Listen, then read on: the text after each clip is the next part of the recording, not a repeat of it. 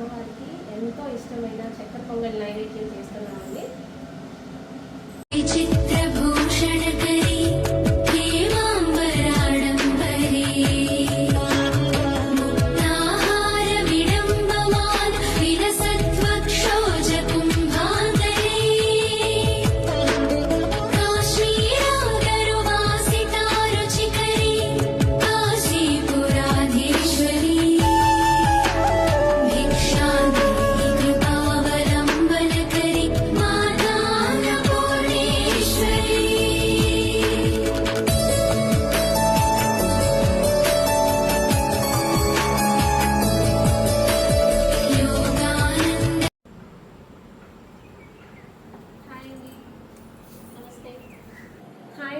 నమస్తే, నేను మీ నిహారిక.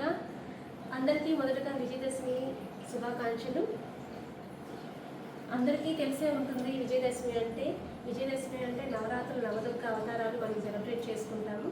నవదుర్గ అవతారాలు అంటే మనందరికీ కూడా తెలిసే ఉంటుంది. బాలా త్రిపుర సుందరి, గాయత్రి, అన్నపూర్ణ, లలితాదేవి, మహాలక్ష్మి, అలానే సరస్వతీదేవి, దుర్గాదేవి, మహిషాసుర మర్దిని, అలానే ఆదిరాజేశ్వరి దేవి. ఇలా 9 అవతారాల్లో మన అమ్మవారిని 9 నవరాత్రులు పూజ చేసుకుంటాము. అంటే ఈ విజయదశమి గురించి అందరికీ ఈ విషయం తెలిసి ఉంటుంది. అంటే పూజా విధానంలో కానివ్వండి, స్టోరీ అందరికీ తెలిసే ఉంటుంది. కానీ దాని యొక్క పూర్తి ముఖ్య ఉద్దేశం ఏంటంటే, విజయదశమి అంటే మనము రాక్షసుడు దేవత మధ్య యుద్ధాన్ని చూసుకుంటాము. రాక్షసుడు అంటే మహిషాసురుడిని మనం ఏ విధంగా తీసుకోవాలి అంటే, మనలో ఉన్న చెడు, కామ, క్రోధ, లోభ, మదమాచర్యాలు ఇవన్నీ కూడా మహిషాసురుడి కిందకే వస్తాయి.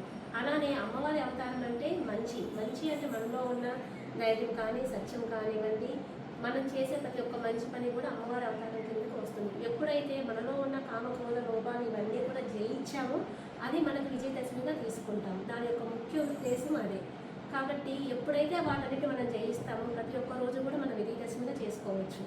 అలానే మనం అన్నీ కూడా ఆయుధ పూజ అని చేసుకుంటాం. ఇంట్లో ఉన్న ప్రతి ఒక్క వస్తువును కూడా సిద్ధం చేసుకొని మనము పూజలో పెట్టుకుంటాం. ఎందుకంటే అమ్మవారి యొక్క పూర్తి శక్తి ప్రతి ఒక్క వస్తువులోనూ ఉంటుంది. కాబట్టి ఆయుధ పూజగా మనం ఇంట్లో ప్రతి ఒక్కటి ఏదైతే ముఖ్యంగా తీసుకుంటున్నామో అవన్నీ కూడా ఆయుధ పూజగా చేసుకుంటాము. విషయాలు అందరికీ తెలుసు, కానీ ఒక్కసారి దీనిలో ఉన్న మంచి ఉద్దేశం అందరికీ తెలియాలని మరొకసారి మీ అందరికీ తెలియజేసుకుంటూ, అందరికీ మరొకసారి విజయదశమి శుభాకాంక్షలు.